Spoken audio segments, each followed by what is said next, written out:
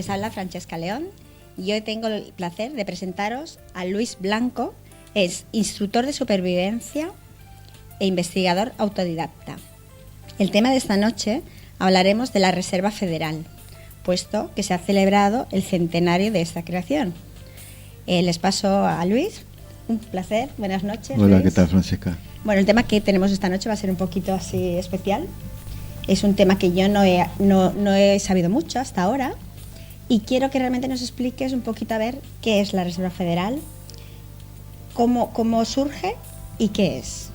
Bueno, muy bien. Bueno, como has dicho antes, más o menos el 23 de diciembre se celebra la creación de la Reserva Federal, que es un banco central de Estados Unidos. Y bueno, quería más o menos comentar cómo surge, cómo trabaja el sistema bancario y nada, te voy a comentar cómo es el Banco Central. El Banco Central es un banco que tiene la facultad de crear e imprimir el dinero, de regular las tasas de intereses y bueno, regula el valor del dinero, o sea, de acuerdo al flujo que inyecta en el sistema, o más o menos cantidad de dinero, sube o baja el valor de la moneda. Aparte de eso, hay un pequeño detalle, que es que el dinero se crea a través de un coste. El dinero tiene un coste. Y bueno, más que nada quería explicar el tema ese del coste, ¿no? ¿Cómo se crea el dinero? Por ejemplo, vamos a poner un ejemplo. El Banco Central imprime 100 monedas. Y las pone en el mercado. Pero esas 100 monedas tienen un coste de creación, por decir algo, un 7, un 10%. Entonces, ¿qué pasa? Hay 10 personas que reciben ese dinero y luego tienen que pagarlo a ese dinero. Pero ¿qué pasa? Que todo el dinero que está en el mercado son esas 100 monedas y cada persona tiene 10 monedas, y cuando pide un préstamo para hacer sus trabajos, sus inversiones, etcétera, luego lo tiene que devolver. Pero ¿qué es lo que pasa? Cuando lo devuelve, tiene que pagar todo ese dinero más el interés. Entonces, ¿qué es lo que pasa aquí? Se crea una deuda que no se puede pagar. Porque si tú inyectas 10 monedas en el mercado con un interés X, o sea que son 10 más 1 o 10 más 10, entonces para pagar esa deuda tiene que inyectar más dinero. Entonces, este tipo de sistema es un sistema de deuda, un sistema de esclavista, o sea, la economía se esclaviza de los creadores del mismo, y bueno, en función de eso estamos como estamos, ¿no? Pero ¿cuál es la idea de que surja este invento? Bueno, el Banco Central surge más o menos por el año 1913. O sea, por eso la conmemoración. 100 años. Exacto. Entonces, ¿qué sucede? Históricamente, te voy a hacer un resumen histórico. En el año por ejemplo, en el año 1907 se crea la primera crisis. O sea, los creadores del Banco Central o Reserva Federal son unas familias que nunca salen en la revista Forbes, nunca salen en las noticias. Por ejemplo, los Rothschild, los Rockefeller, los Morgan, JP Morgan, los Warburg. Estas personas se reúnen en 1907 y ¿qué es lo que pasa? En la Bolsa de Valores de Nueva York siembran rumores de que hay una quiebra de bancos, de que hay un colapso, y las personas, ¿qué es lo que hacen? Ante el miedo, retiran todo su dinero. Esto implica de que los bancos, al darle el dinero a esta gente que lo quiere retirar, tienen que cobrar sus deudas a sus deudores. Entonces ahí se crea un colapso. A través de este colapso estas personas sugieren la creación de una reserva federal que pueda regular el flujo del dinero, ¿no? Y para evitar estas futuras crisis. ¿Qué es lo que sucede? En 1910 se reúnen en una isla privada de JP Morgan estos señores y redactan el acta de la Reserva Federal.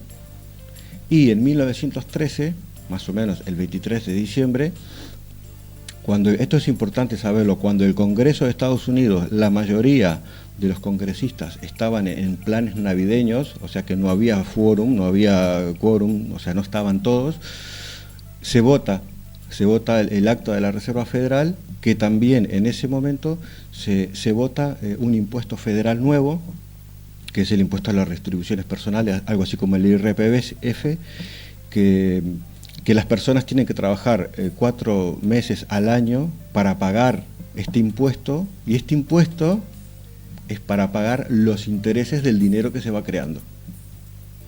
No sé si más o menos vas entendiendo. Voy entendiendo algo, pero me quedan alguna duda. O sea, pero realmente el fin para el que se llega a hacer la Reserva Federal, ¿el fin cuál es? O sea, tener un dinero ahí reservado. El fin de la Reserva Federal es esclavizar a la gente, vale, a través de la deuda. Ellos quieren tener un monopolio de dinero, o sea, generalmente las personas piensan de que el Estado es el que crea e imprime la moneda, y no es así.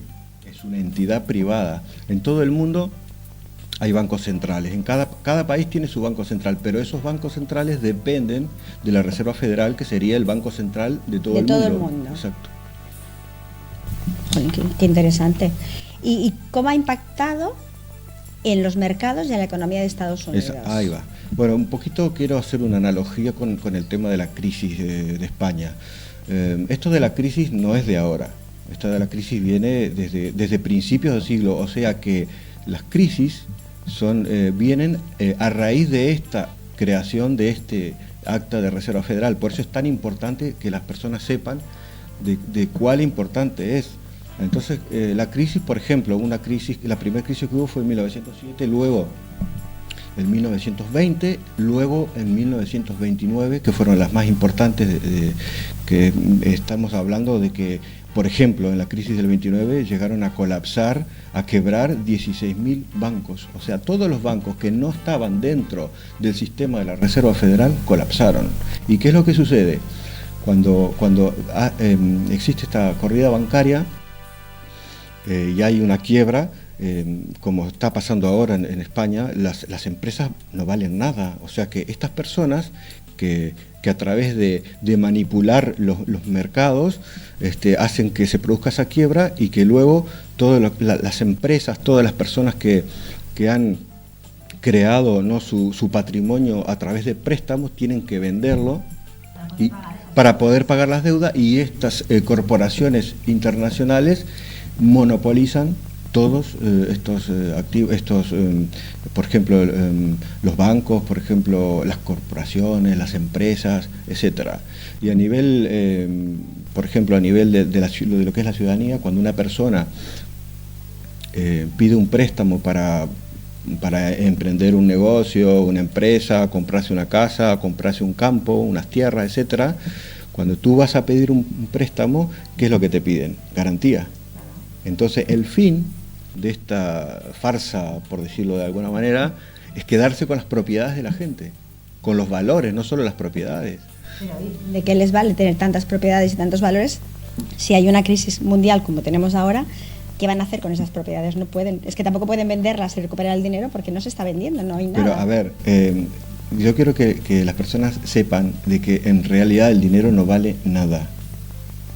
El dinero simplemente es un instrumento para esclavizar o para esclavizar a través de la deuda a las personas que tengan cierta posesión, porque como dije antes, la Reserva Federal imprime dinero hasta colapsar el mercado con mucho dinero. Entonces hay un boom económico.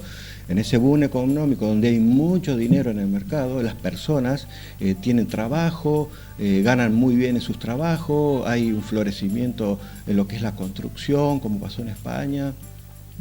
O sea, hay un florecimiento económico en general, pero luego de eso, como si el sistema tiende a quitar todos ese dinero, exactamente. O sea, te quitan el dinero, y como ellos tienen la facultad de regular los intereses, te suben la tasa de intereses. Entonces eso crea que haya menos trabajo, crea que las cosas, que haya menos poder adquisitivo en la gente. Entonces ellos se encargan luego de recoger. O sea, te dan el cebo, te dan el dinero, tú construyes, trabajas, progresas, y luego te piden ese dinero. Te endeudas. Te endeudas, exactamente. Y otra cosa que también pasó en el año 1920, que quizás la gente no conozca, es lo que se llama el préstamo margen. No lo había escuchado. El préstamo margen surge más o menos en 1920. Todas estas elucubraciones son creadas por las mismas personas, por las mismas familias, en el cual estaba muy de moda en Estados Unidos el tema de invertir en la bolsa de valores. Entonces, ¿qué es lo que pasa con este préstamo margen? Tú lo puedes adquirir por un 10% de su valor total. O sea que, por decir algo, si vale 10.000 euros, tú por 1.000 euros puedes tener ese préstamo y tú inviertes en lo que tú quieras, en lo que tú decidas que debes invertir, pero ese préstamo tiene una letra pequeña que se tiene que devolver en 24 horas al ser pedido, y puede ser pedido en cualquier momento. Eso se llama pedido margen. También puede ser el problema que yo creo que hay, es que nunca nos leemos la letra pequeña. Porque vamos a un banco, vas a firmar y hay tantas hojas que tendrías horas para poderla leer todo. Entonces, a veces firmamos y no somos conscientes realmente de lo que estamos firmando. Claro, pero no solo eso. O sea, yo creo que lo importante sería primero informarse qué es un banco. O sea, por eso en este momento estamos hablando más o menos de cómo funciona el sistema bancario. ¿Qué es un banco? ¿Cómo funciona un banco? ¿Cuáles son los intereses del banco? Las personas creen que el interés del banco es que al ciudadano se le preste dinero para que progrese, lo mismo que la política, en resumidas cuentas. Pero en realidad hay algo detrás de todo esto. No es así. No es así, o sea, para, no te están dando un absolutamente préstamo para que te para vas a poner un nada. coche, una casa, o sea, sino que hay un algo más detrás. Y me puedo ir mucho más atrás en la historia. Me puedo ir, por ejemplo, por decir algo, a 1775. No sé si alguien sabe algo de historia, el tema de la independencia de Estados Unidos. No, cuéntanos. Bueno, el tema de la guerra de independencia de Estados Unidos, hay gente que dicen que era por el impuesto al té, que era por un montón de otras cosas, pero en realidad lo que pasó en ese entonces era que la corona inglesa y las familias oligarcas de Inglaterra querían imponer a esta nueva nación que se estaba creando la creación de un banco central dependiente de Inglaterra. Por lo tanto, querían crear el dinero deuda en los nuevos estados que se estaban creando. Y estos patriotas estadounidenses, al no acceder a estas manipulaciones bancarias de Inglaterra, que en realidad todo parte de Inglaterra, de las grandes familias oligárquicas que surgen en el año más o menos de 1700, en la década de 1760, ahí surge todo lo que hoy día, las personas están padeciendo, lo que son crisis, préstamos, o sea, deuda. Todo esto comienza en los años 1760. Exacto. ¿Y qué previsión de tiempo tenemos? Porque, ¿qué podemos hacer ante esta situación que tenemos ahora mismo? Bueno, primero que nada, informarnos. O sea, tenemos que interesarnos por el tema, porque hoy día con esto de que tengo que pagar el colegio a mis niños, que la hipoteca, que esto, que el telediario, que la novela, que la teleserie, que, ¿me entiendes? O sea, nos distraemos en la televisión, en cosas superfluas que no tienen ningún contenido, y en vez de invertir ese tiempo en preocuparnos de nuestras inversiones, de cómo, qué es lo que podemos hacer en la vida para progresar realmente y de qué debemos cuidarnos para no caer en lo que está pasando hoy. La mayoría de las personas de España, las personas que no tienen casa, las personas que no tienen trabajo. Entonces, ¿qué debemos hacer? Informarnos. Tenemos que reorganizar el tema de las prioridades, ¿eh? O sea, quitarnos el tema del tiempo libre, quitarnos el tema de preocuparnos en el consumismo, en comprar en los regalos, en las tradiciones, en todo lo que sea consumo. Evitar el consumo en un primer momento, no pedir préstamos. El préstamo es un engaño, como ya lo vimos. Nosotros no tenemos el control ni de los intereses ni del trabajo. Nosotros no sabemos. Si tú fíjate que hay personas que piden préstamos a 40 años. Ahora yo pregunto, ¿tú sabes ¿dónde vas a estar de aquí a 40 años? de aquí a 40 años que puedes pagar ese préstamo? Deduces que sí, porque tienes un trabajo estable, pero ya estamos viendo realmente que los trabajos estables ya no existen, que no tenemos nada claro, tenemos lo que tenemos en este momento y pensar en años futuros, pues realmente eso es un riesgo. Pero los que ya lo hemos hecho, nos hemos lanzado en préstamos, en hipotecas, ¿cómo salimos de esta situación?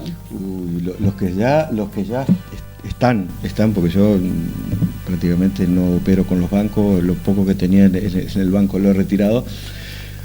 Pero bueno, los que ya están en este tema, yo aconsejaría de no pagar. O sea, esto es una estafa. O sea, primero interesarnos en no seguir endeudándonos más. O sea, si yo he visto personas que teniendo deudas hipotecarias y no teniendo trabajo, se van a los centros comerciales a comprar cosas que de repente no te sirven realmente para lo que te implica la vida. O sea, primero tenemos que tener una política de guerra, o sea, política de ahorrar. Lo que está hecho está. O sea, una vez que tú tienes una deuda con los bancos, es bastante difícil a nivel legal, porque ellos tienen los mejores abogados, ellos tienen la ley de su parte. En otro momento podemos hablar de lo que son las puertas giratorias, porque los políticos, antes de ser políticos, están en empresas como de Guindos, el ministro de Economía estaba en Goldman Sachs. Hay un montón de políticos, hay otro político Rato que estuvo de presidente en el Fondo Monetario Internacional. Quiero decir, las corporaciones, Endesa, hay políticos como los expresidentes que forman parte de las empresas energéticas. ¿Qué quiero decir? Que las leyes, el mercado, pertenece a un grupo oligárquico de gente, un grupo pequeño, por decir algo, el 1% de la población, y ellos ajustan las leyes a sus intereses personales económicos. Entonces, ¿qué pasa? Se abusan de su poder, de su dominio y de nuestra ignorancia para hacer lo que hacen. O sea, como ciudadano de a pie, lo primero que sería hacer un listado de prioridades realmente, de lo que queremos, de lo que nos es necesario realmente para vivir y lo que no, y a partir de ahí empezar a no depender tanto ni de los bancos ni del consumo que tenemos, o sea, ahora mismo. Bueno, yo lo voy a tener en cuenta para mí misma. Un último comentario. Yo siempre al sistema lo comparo con una solitaria. Creo que en algún momento te lo he comentado, sí, además dicho. Es muy bueno. La solitaria en el cuerpo humano es un parásito bastante grande que puede llevar a matar a la persona donde vive. Y este parásito te inyecta un producto químico que te hace ingerir lo que al parásito le sirve, independientemente si te puede matar o no a ti. Y así es el sistema bancario con el tema de las propagandas publicitarias, que compre más barato, que olvídese de no tener algo, lo puede sacar a crédito. Estos canales que venden todo el día productos a un 50% de descuento, los descuentos de fin de año, etcétera. Exactamente. O sea, nos crean necesidades superfluas para que luego nos endeudemos y seamos esclavos y no podamos pedir nuestra libertad, porque ese es el primer paso. Y todo viene dado por la Reserva Federal. Exactamente. Que hace 100 años que la tenemos con nosotros. Exactamente. Y que si seguimos así, continuará con nuestra vida. Y que cada vez nos tiene un poquito más ahogados. Bueno, haciendo predicciones para un futuro, podría decir que el sistema va perfilado a que sean lo que se llama la ley marcial. O sea, el sistema crea una ley marcial, que es cuando el ejército sale a la calle, el presidente se transforma en una especie de dictador, y bueno, por supuesto que la esclavitud ahí se aumentaría un 1000%, ¿no? O sea, tú no podrías tener la independencia ni económica, ni alimenticia, ni en el tema de viajar. Hay otro tema que son las energías renovables, que es la energía libre, son tecnologías que están secuestradas, que no se... Tú fíjate que cuando se crea el motor normal, el motor de un coche se crea en el año 1800, el principio del coche en el 1890. Estamos ya en el 2013 y todavía utilizan el mismo principio. O sea, tú tienes que estar esclavizado comprándole la gasolina ¿a quién? A Rockefeller, ¿Quién es Rockefeller? Es uno de los que creó la Reserva Federal. El señor Rockefeller no solo está en la parte de lo que es la energía, el petróleo, sino que está en la parte farmacéutica, está en la parte alimenticia. O sea, él tiene acciones en todas las corporaciones gigantescas que son transnacionales. O sea, realmente nos están controlando por todos los lados. Hagamos lo que hagamos. Exactamente. Pero realmente podemos salir de esta situación si realmente queremos. Yo sé que tú estás trabajando también con el tema de supervivencia, que otro día ya lo hablaremos. Y autosuficiencia. Y autosuficiencia. Y son herramientas que nos ayudan a poder salir un poquito del sistema. Si quizá no del todo, porque si ya estamos muy involucrados, quizá del todo no podamos salir, pero sí al menos saber que tenemos otra alternativa, ¿no? Claro, hay otra cosa que también me olvidé de mencionar antes, que es la obsolescencia programada. ¿Sí? Que es parte también de esta esclavitud, de este consumismo. O sea, cuando tú compras un producto, un microondas, un secador, una lavadora o lo que sea, tiene un tiempo estipulado de duración y eso se rompe y tú no lo puedes reparar. Tú cuando vas a repararlo te dicen no hay piezas o siempre te surgen problemas y tú tienes que comprar uno nuevo. Te sale más caro la mano de obra. Exacto. Y la reparación, sí, correcto. Entonces, ¿qué pasa? Nosotros tenemos que tratar de primero, como dije antes, te voy a dar hay una sugerencia, saber qué es lo que está pasando, saber qué es el sistema bancario, saber cómo nos controla. Una vez que sabemos los pormenores de cómo trabajan, ver la forma de poder salir de ese círculo vicioso de consumo, de deuda, de esclavitud, etcétera, etcétera. Entonces creo que sí, que el tema de la autosuficiencia es un tema muy interesante para empezar a explorar.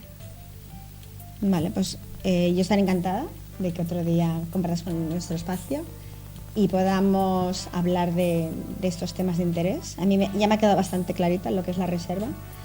Ahora es saber realmente cómo puedo salir de esa atadura que tengo, porque con los bancos estamos atadas, con los préstamos, con las hipotecas.